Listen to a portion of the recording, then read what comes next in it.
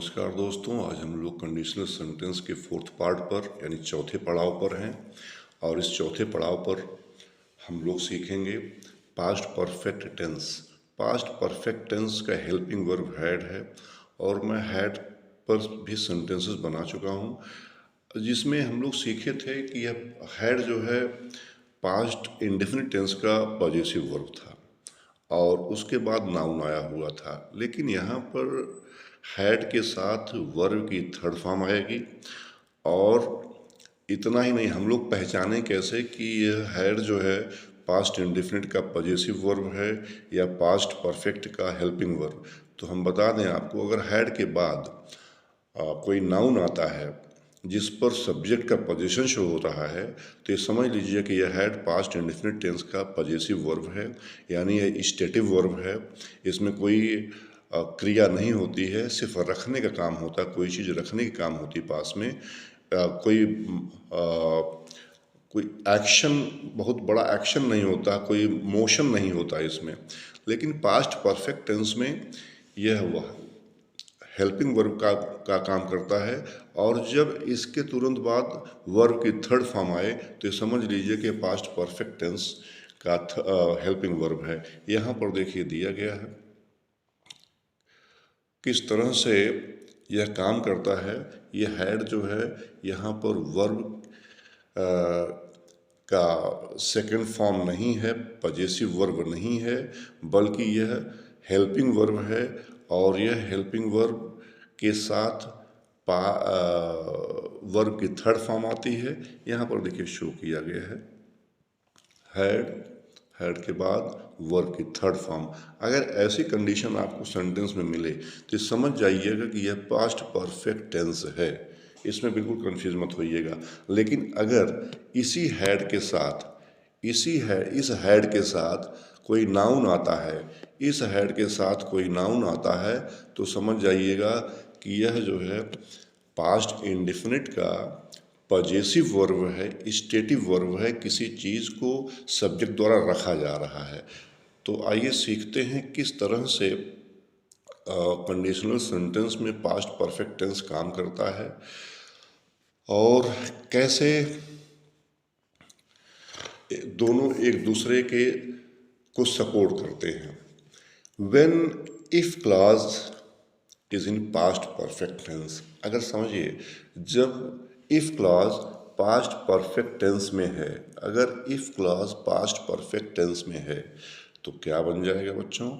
तो main clause में क्या आएगा? वुड हैव आएगा। क्या आएगा? मेन क्लॉज में वुड हैव आएगा और वुड हैव के साथ वर्ब की थर्ड फॉर्म आएगी। इसको खास ध्यान रखिएगा। लेकिन इसमें एक बड़े मज़ेदार चीज़ होती है, वही है कि न इफ क्लॉज में काम होता और न मेन क्लॉज वाला काम कंप्लीट होता है। मतलब ये इफ क्लॉज वाला कंडीशन शर्त नहीं पूरी होती है, कंडीशन पूरी नहीं होती है, इसलिए मेन क्लॉज का काम पूरा नहीं होता है। यहाँ पर देखिए, यहाँ दिया गया है, एकदम बिल्कुल क्लियर दिया गया है। इफ क्लॉज में क्या आता है? सब्जेक्ट के साथ हैड और हैड के साथ वर्ब की थर्ड फॉर्म आती है। वहीं पर मेन क्लॉज में वुड हैव के साथ वर्ब की थर्ड फॉर्म आ रही है। मतलब ये इस इफ क्लॉज में की कंडीशन पूरी नहीं होती है, जिसकी वजह से मेन क्लॉज का फंक्शन जो होता है, मेन क्लॉज का की जो एक्शन होता है कंप्लीट नहीं होता है। तो आइए देखते हैं सेंटेंस क्या कहता है हमारा। पहला सेंटेंस ये वाला है, if he had come to me, अगर वह मेरे पास आया होता। इसका मतलब वह आया नहीं है, तो क्या होता? I would have helped him, मैं उसकी मदद किया होता, मैं उसकी सहायता करता। लेकिन वह न मेरे पास आया और न ही मैं उसकी सहायता किया। मतलब ये हुआ इफ़ क्लॉज में कंडीशन पूरी नहीं हुई। क्या कंडीशन? आने की कंडीशन। मेन इफ़ क्लॉज में आने की कंडीशन पूरी नहीं हुई, इसलिए मेन क्लॉज में उसकी वह मेन वर्क जो है, मेन एक्शन जो है कंप्लीट नहीं हो पाया, यानी हेल्प करने की कंडीशन या हेल्प करने का एक्शन पूरा नहीं हो पाया। अगला है, अगला देखिए बी वाला है, if she had invited me. If she had invited me, if clause में क्या दिया गया है? कंडीशनल पार्ट में, सेंटेंस के कंडीशनल पार्ट में क्या दिया गया है? अगर वह मुझे बुलाया होता, मतलब उसने मुझे बुलाया नहीं, तो क्या होता? I would have attended the party. क्या होता, I would have attended the party या फंक्शन, जो भी कह लीजिए, यहाँ पर फंक्शन दिया गया है, तो मैं उस फंक्शन को अटेंड करता, उस कार्यक्रम में उपस्थित होता, लेकिन न ही उसने मुझे बुलाया और न मैं फंक्शन में गया। तो यहाँ पर आप देखिए कि इफ़ क्लॉज जो है, जो कंडीशन पूरी नहीं कर रहा है, इसलिए मेन क्लॉज का फंक्शन कंप्लीट नहीं हो रहा है। अगला देखते हैं, सी में क्या है, सी यहाँ पर दिया नहीं गया है, लेकिन यहाँ पर जो है, if she had tried to cheat me, अगर वह मुझे ठगने का प्रयास किया होता, I would have dismissed him, I would have dismissed him, I would have dismissed him, देखिए यहाँ दिया गया है, अगर वह मुझे ठगने का प्रयास करता, मुझे धोखा देने का प्रयास करता, तो मैं क्या करता, मैं उसे बर्खास्त कर देता। लेकिन यहाँ पर ही यानी सब्जेक्ट ठगने का प्रयास नहीं किया या उसे धोखा देने का प्रयास नहीं किया, इसलिए उसे मैं बर्खास्त नहीं किया।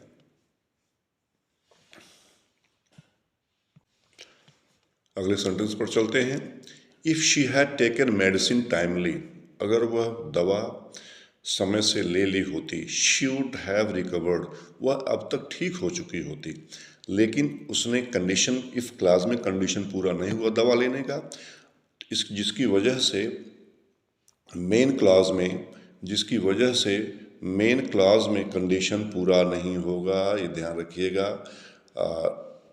दवा लेने का काम समय से नहीं हुआ, जिसकी वजह से वह जो है अभी तक ठीक नहीं हुई है, बीमारी से अभी उबर नहीं सकी है। तो इस तरह से आप देखिए कैसे इफ़ क्लास का कंडीशन पूरा नहीं हो रहा है, जिसकी वजह से मेन क्लास का फंक्शन कंप्लीट नहीं हो पा रहा है। आइए देखते हैं, इसमें हमने अभी तक वुड हैव लगाया है, क्या इस सेंटेंस में कुड हैव भी आ सकता है? और कुड हैव या माइट या वुड तो मैंने बताया ही था। कुड और माइट के बारे में जानना है कि क्या ये दोनों सेंटेंस आ सकते हैं।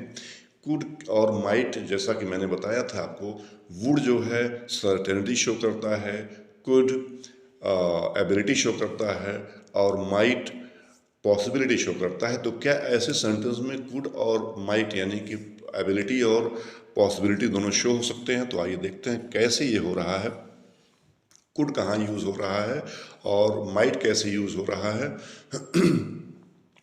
If we had taken her to the doctor, अब जरा देखिए, if we had taken to the doctor earlier, अगर हम उसे कोई पेशेंट है, अगर हम पेशेंट को या उसे हम लोग डॉक्टर के पास और पहले ले जाते हैं, समझिए, डॉक्टर के पास तो ले गए हैं, लेकिन और पहले ले जाने की शर्त है यहाँ पर। We could have saved her life, हम उसके जीवन को, हम उसे बचा सकते थे। ये हमारी एबिलिटी यानी कि हम बचा सकते थे, हम लोग उसको बचाने में सक्षम थे, लेकिन हो सकते थे, लेकिन कब? जब डॉक्टर को हम और पहले दिखा दे। तो यहाँ पर देखिए, कुड जो है एबिलिटी शो रहा है, इसका मतलब हम लोग ऐसे सेंटेंस में, कंडीशनल सेंटेंस में कुड का भी प्रयोग कर सकते हैं। इसके पहले मैंने बताया था कि कुड और वुड भी यूज़ होगा, माइट भी यूज़ होगा। अगला सेंटेंस है, if you had found her earlier we would have saved her life. देखिए यहाँ पर क्या हो रहा है, if you had found her earlier, अगर हम उसे और पहले पा लेते और पहले ढूंढ लेते तो क्या करते हम? We would have saved her life, हम उसको बचा सकते थे। यहाँ पर पॉसिबिलिटी शो हो रही है, सॉरी, यहाँ पर सर्टेनिटी शो हो रही, पॉसिबिलिटी नहीं, पॉसिबिलिटी तो माइट पर शो होती है। यहाँ पर सर्टेनिटी शो रही होती है, हम लोग निश्चित रूप से उसकी जान बचा सकते थे। कब? जब हम उसको और पहले पा लेते, यानी कि उसको पाने ढूंढने में हमें लेट हो गया। हम ढूंढ तो लिए हैं, लेकिन थोड़ा लेट हो गया। अगला सेंटेंस है, माइट पर बना हुआ है। देखिए किस तरह से यहाँ पर if you had found her earlier, वही सेंटेंस सेव है, मूड बदला हुआ है। If you had found her earlier, हम अगर उसे और पहले ढूंढ लेते तो क्या होता?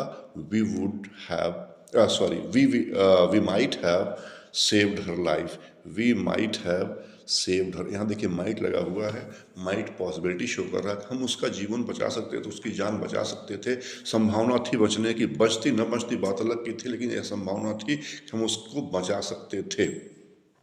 तो इस तरह से देखिए कुड, वुड और माइट तीनों अलग अलग, एक ही सेंटेंस में तीनों अलग अलग मूड शो कर रहे हैं।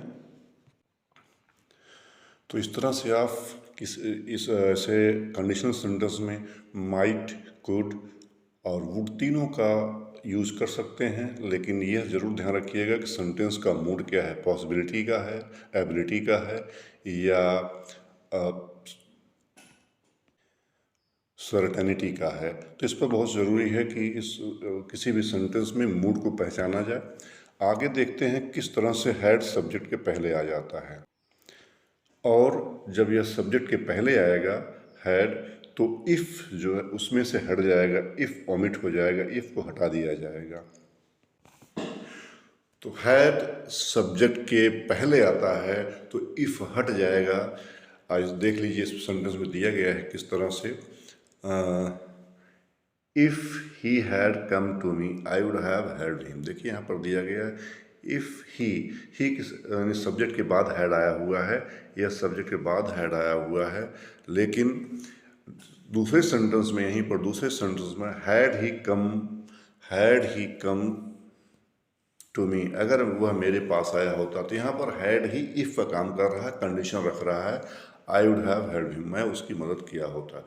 दूसरा सेंटेंस देखिए, हैड शी इनवाइटेड मी, अगर वह मुझे इनवाइट की होती, मुझे बुलाई होती, तो क्या करता, आई would have attended the party, मैं पार्टी को अटेंड करता, मैं पार्टी को अटेंड करता या मैं पार्टी में जाता, लेकिन उसने मुझे बुलाया नहीं और मैं पार्टी अटेंड किया नहीं, पार्टी में गया नहीं।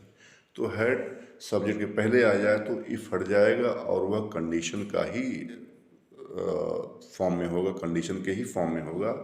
तो उसी तरह से फिर देखिए नीचे दिया गया है, if she had invited me I would have attended the party, अगर वह मुझे बुलाई होती। तो सेम दोनों चीज़ें वही हैं, हैड सब्जेक्ट के पहले आ जाएगा तो इफ़ हट जाएगा। इस तरह से हमारा कंडीशनल सेंटेंस का फोर्थ पार्ट हुआ कंप्लीट, और उम्मीद है कि आप लोग इससे कुछ सीखेंगे। अगर सीखते हैं तो लाइक करना मत भूलिएगा और चैनल को सब्सक्राइब करना मत भूलिएगा। इस तरह की वीडियो हम ग्रामर पर आप लोगों को देते रहेंगे, जो आप लोगों के लिए बहुत बेनिफिट करेगा। Thank you very much. आपके लिए नोट्स भी जा रहा है इसमें। जय हिंद, जय भारत।